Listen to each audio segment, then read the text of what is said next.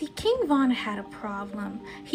Too many people. Now in the middle of his problem was a girl named K.I. Now if you don't know who King Von was a drill rapper from Chicago. He grew up in O Block, one of Chicago's most well-known neighborhoods for drill music. Now K.I. was affiliated with STL, a rival neighborhood. Now keep this in mind because this is important. Now before we get to King Von, we have to understand who K.I. was. She wasn't born a female assassin. She was doing well in school when she was younger, but then her life changed. A lot of people around her were passing away, so she got pulled deeper into the streets. So she started hanging out with STL. And eventually, she built a reputation for being the most dangerous female assassin in Chicago. So by the time Von hears about her, he already knows exactly who she is. So boom, they run into each other on the train. Now imagine you're on the train and you see your enemy across from you. You can already know how that's gonna go down. So Von wins the fight and he hops on Twitter, basically king, like, ha,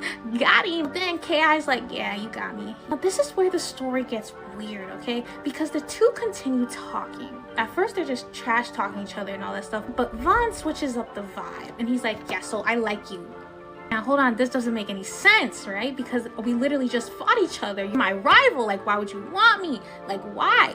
She was valid for thinking that because we're rivals. You even see the way I dress, like I look like a boy, like I dress like a boy. Why do you even want me? She's very skeptical about this. Anybody would. She basically shuts it down and she's like, once an enemy, always an enemy. So now K.I. takes it further and starts kikiing on Twitter, basically saying RIP to his friends. Now Von is like, you don't want to do that. But K.I. is having a time. She's like kikiing on Twitter. He doesn't listen to him. Now these jokes are personal because they're mentioning people they actually grew up with, people they actually knew, people they actually interacted with.